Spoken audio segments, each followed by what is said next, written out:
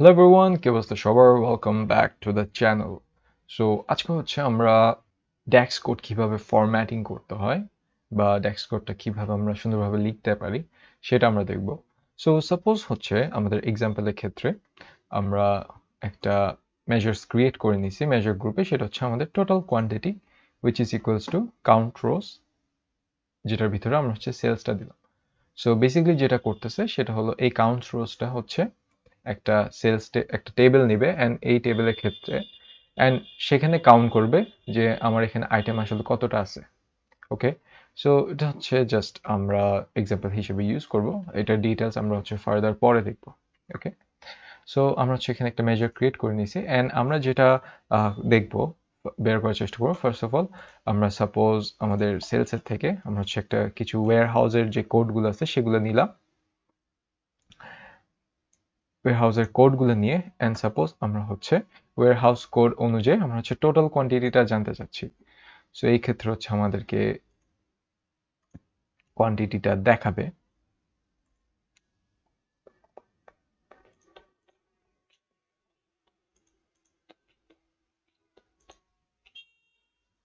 একটু জুম করে নিব। আমি সাপোজ আমি হচ্ছে এমন একটা মেজার ক্রিয়েট করতে চাচ্ছি যেখানে হচ্ছে আমি আমার টোটাল কোয়ান্টিটিটা দেখতে চাচ্ছি ওয়্যারহাউস কোড অনুযায়ী আমার টোটাল কোয়ান্টিটিটা দেখতে চাচ্ছি। বাট সেটা আমরা হচ্ছে কিছু স্পেসিফিক সেট অফ কাস্টমার্সের জন্য আর কিছু স্পেসিফিক চ্যানেলসে, depending on some specific channels, আমরা স্পেসিফিক চ্যানেল আর স্পেসিফিক সেট অফ কাস্টমার্স অনুযায়ী আমরা হচ্ছে ওয়্যারহাউস কোডের আমাদের টোটাল কোয়ান্টিটি যেগুলো আছে সেগুলো আমরা দেখতে যাচ্ছি। সো এটার জন্য হচ্ছে আমরা আমরা হচ্ছে এক্সাম্পল মেজার ক্রিয়েট করব। সো আমরা হচ্ছে নিউ মেজার্সে যাব, দেন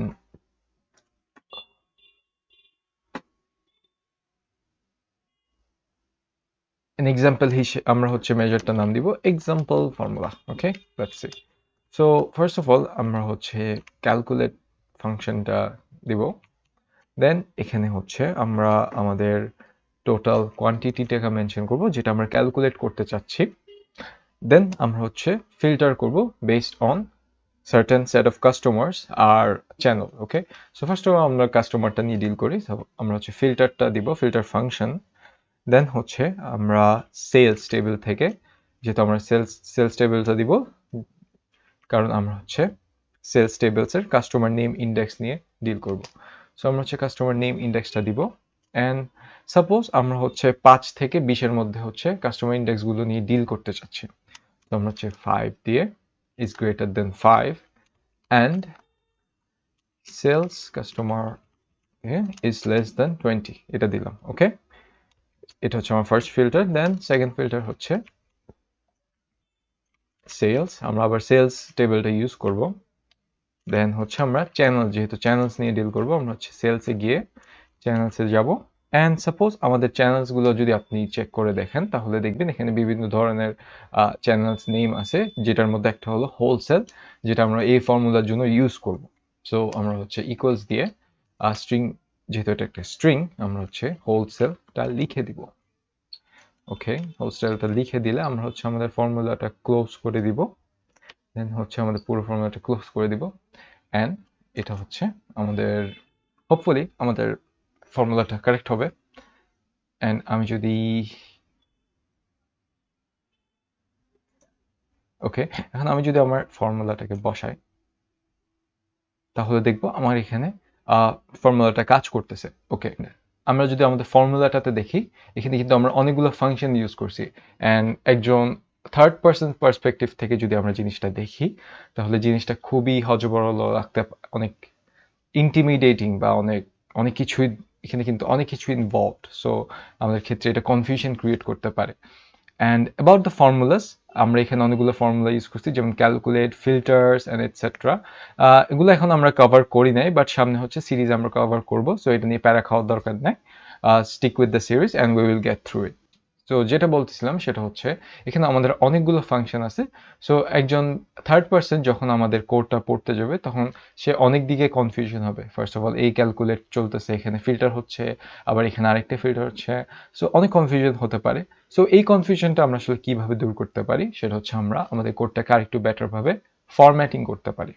ওকে, সো ফরম্যাটিং করার জন্য আমাদের অনেকগুলো রুলস দেখা যায়। আমরা যদি ওয়েবসাইট একটু ঘাটাঘাটি করি ডেক্স ফরম্যাটিং কোড নিয়ে, সেখানে অনেক ধরনের রুলস অ্যান্ড রেগুলেশনস দেখা যায়।